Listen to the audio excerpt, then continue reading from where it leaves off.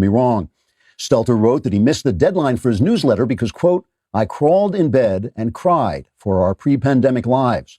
I think those tears had been waiting a month to escape. I wanted to share this with you because it feels freeing to do so, unquote. That's a real quote. Now, I don't mean to insult women by comparing them to Brian Stelter, but it's fair to say that women generally experience life more emotionally than men do.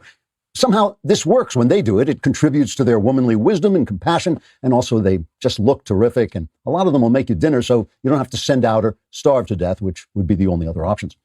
But when Stelter misses a deadline in order to crawl into bed for a good cry, I can't help thinking about other men who dealt with crises in the past. For instance, William Travis, one of about 250 Texans who died at the Alamo battling 2,000 Mexican soldiers.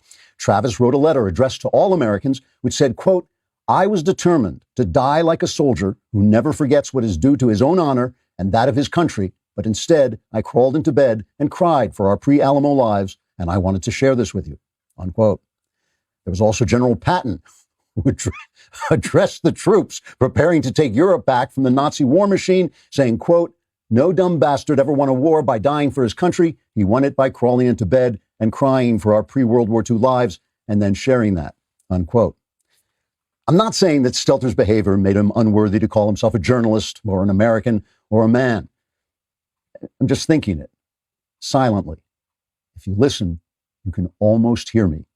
Trigger warning. I'm Andrew Klavan, and this is The Andrew Klavan Show.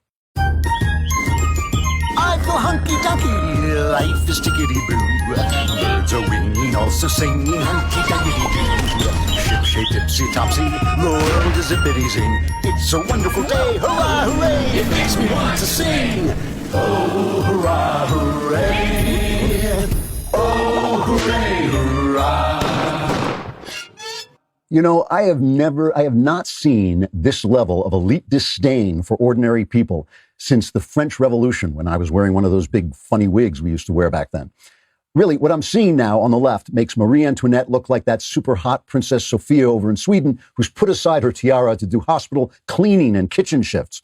People with jobs, people with money, people with power are sneering at and laughing at and ignoring people who are fighting to reopen the economy so they can live and feed their children. Nancy Pelosi shows off her expensive refrigerator packed with overpriced ice cream and then refuses to come back to work to vote for more support for small businesses. Cable television talking heads are calling people Nazis because they're protesting the lockdown so they can support their families. Democrats like Chicago Mayor Lori Lightfoot and New York Mayor Bill de Blasio are violating their own lockdown orders to get their hair coiffed and to take long walks in the park because they consider themselves more important and privileged than the serfs over whom they rule.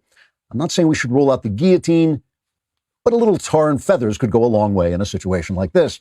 Because these people do not give a fat flying crap for the freedom or welfare of those people they consider deplorable. They're trying to sell us mission creep. That's like mission creep is that military phrase for what's happened in Afghanistan, where we go in to